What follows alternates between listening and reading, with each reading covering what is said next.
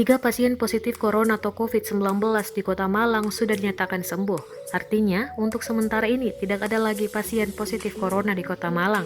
Pasien sembuh pertama adalah seorang mahasiswa. Dia dinyatakan sembuh pada Senin 23 Maret 2020 setelah menjalani perawatan di Rumah Sakit Umum Daerah Saiful Anwar, Kota Malang. Pasien sembuh kedua adalah perempuan lanjut usia berusia 61 tahun yang menjalani perawatan di Rumah Sakit Umum Daerah Saiful Anwar, Kota Malang. Sedangkan pasien sembuh ketiga adalah seorang siswi yang dirawat di Rumah Sakit Tentara Soepraoen, Kota Malang. Pasien itu dinyatakan sembuh dan dipulangkan dari rumah sakit pada Sabtu 28 Maret 2020 kemarin. Humas Satgas COVID-19 Kota Malang, Husnul Muarif, mengatakan banyak faktor yang menyebabkan pasien sembuh dari corona. Salah satunya adalah treatment.